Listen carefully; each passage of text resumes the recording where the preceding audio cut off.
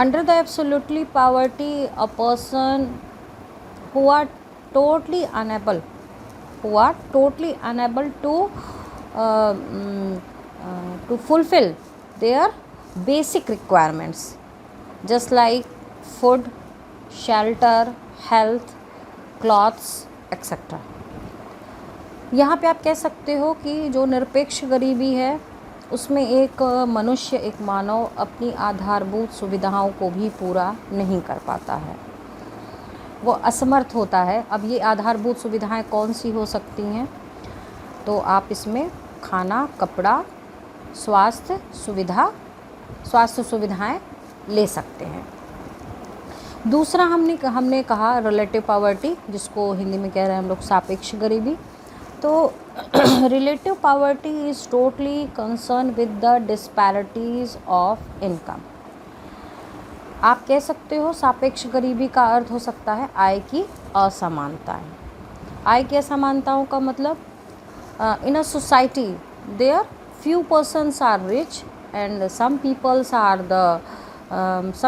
are getting the medium level income and some are the poor.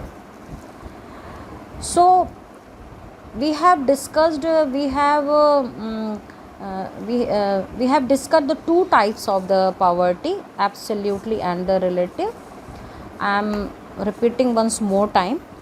Under the absolutely poverty, a person who are unable to get or to acquire or to fulfill the basic requirement of life, just like your fooding, shelter, clothing and hospital or the medical facilities. Under the relative poverty, it totally relevant और the totally concern with the disparities of the income. इसका जो संबंध है वो पूरी तरह से आय की असमानता से है।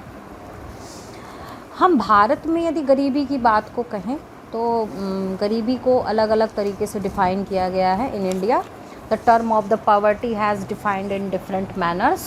सो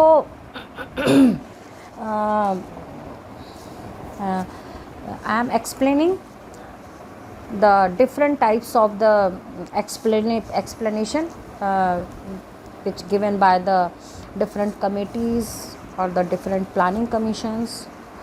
So under the task force on minimum needs and effective consumption demand, योजना आयोग प्लानिंग कमीशन द्वारा जो भी गठित दल था, एक जो टीम बनी थी, उसने under the task force on minimum needs and effective consumption demand, इसके अनुसार द रूरल एरिया, दो कैटेगरी बनाई गई हैं, first for the rural area and another for the urban area. The peoples और the person who are living in the rural area and a person who are living in the urban area. So the person who are living in the rural area, if he is not getting or she is not getting 2400 calorie in a day, यदि उसको एक दिन में वो पोषण 2400 calorie का पोषण नहीं ले पा रहा है, उसको 2400 कैलोरी का न्यूट्रिशन नहीं मिल पा रहा है, तो उसको इंक्लूड किया जाता है, he include under the below poverty line, उसको BPL में कैटेगराइज कर दिया जाता है।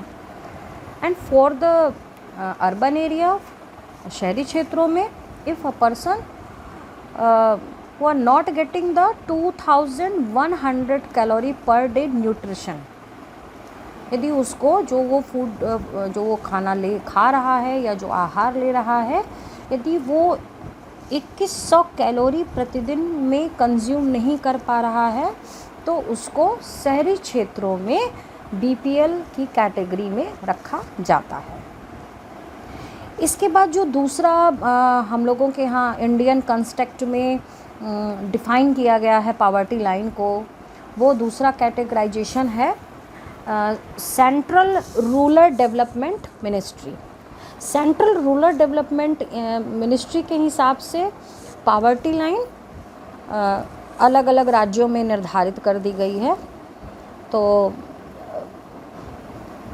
यहाँ पर माना जाता है कि 13,900 रुपये से 16,990 रुपये, it means from 13,900 to 16,990 in a year, as per the opinion of the Central Rural Development Ministry. उन्होंने माना है कि गरीबी रेखा को अब विभिन्न राज्यों में, जो आप हमारे यहाँ जितने भी स्टेट्स हैं वहाँ पर 13,900 रुपये से 16,990 रुपये वार्षिक के आधार पर निर्धारित किया जाएगा। इसका मतलब सीधा सा हुआ कि जो डिफरेंट पर्टिकुलरली स्टेट्स हैं वहाँ पे 13,900 टू 16,990 रुपीज़ ईयरली एक बेस बना दिया गया है कि उसके हिसाब से देखा जाएगा कि जो पावर्टी लाइन है वो पावर्टी लाइन के बेसिस पे कौन से स्टेट्स में पावर्टी ज़्यादा है या पावर्टी कम है। 5 सदस्यों का एक ऐसी पर्टिकुलरली फैमिली जहाँ पे कम से कम 5 सदस्य हैं, यदि वो जिस स्टेट में रह रहा है, जिस स्टेट में उसका रेजिडेंस है, यदि वो 13,900 रुपये यानी 13,900 से 16,990 के बीच में यदि वो आय नहीं पा रहा है, वार्षिक आय उसकी नहीं है, यदि उसकी एनुअल इनकम 13,900 रुपये से 16,990 रुपये के आसपास नहीं है, तो उसको गरीबी रेखा के नीचे माना जाएगा, which comes below the poverty line. This is the second categorisation given by the we are seeing under the Indian construct. Then the third is the another theme, another topic is कि what is the causes, what is the reasons behind the poverty in India. So the first cause factor is the less increment in the employment opportunities. As per the population increment, as per the growth rate of the population, the number of employment has not been generated in India. जिस हिसाब से population बढ़ रही है या जिस हिसाब से पॉपुलेशन की ग्रोथ है, उस हिसाब से एम्प्लॉयमेंट की अपॉर्चुनिटीज़ भारत में नहीं देखने को मिलती हैं. So this one is also one of the cause factor behind the poverty in India. Then the second is the less level of the income, आय का निम्न स्तर. ऑब्वियसली जब हमारे पास रोज़गार नहीं होगा, जब हमारे पास काम का कोई जरिया नहीं होगा, तो हमारा आय का स्तर भी ऊंचा नहीं हो सकता है. तो ऐसी कंडीशन में भी पावर्टी का होना वाजिब है. The third is the heavy growth rate of the population. आप कह सकते हो कि जनसंख्या जो है बहुत तेज़ी से भारत में बढ़ रही है. भारत में जो जनसंख्या की गति है वो अवसरों के मुकाबले में अत्यधिक है. It is the excessive rather than the increment in the employment opportunities. So that is one of the cause factor behind the poverty in India. Then fourth is the defective development strategy. It is no doubt government of India is doing very good work in alleviation or removing the poverty from India, but he is not success at the all fronts. The basic factor behind this failure is the defective policies. No doubt government of India is making the lots of policies. Government of India doing very good efforts in eradicating, in removing the poverty from India, but he is not success. मैं बार बार कह रही हूँ कि the planning should be concrete, the planning should be very sound. यदि plan जो किया गया है यदि ये साउंड नहीं है तो इफ़ेक्टिव नहीं होगा. Then another thing is the in India the rat tapism and the bureaucracy. It is a it is also a symbol of the defective policy. Government of India is doing very good work. Government of India is making the lots of the policies, lots of the programs has launched by the Government of India, but he is not success because the particularly the middleman, जिसको हम bureaucrats कहते हैं, वो उन policies को execute करने में, implement करने में और उसके रिज़ल्ट तक पहुंचने के बीच में इतने फ्रॉड होते हैं, इतने गबन होते हैं, जिसके कारण भी भारत की जो सरकार है वो इसको पूरी तरह से नहीं हटा पा रही है. Then the high level of the inflation in India, we are sometimes we saw that the rate of the inflation very high.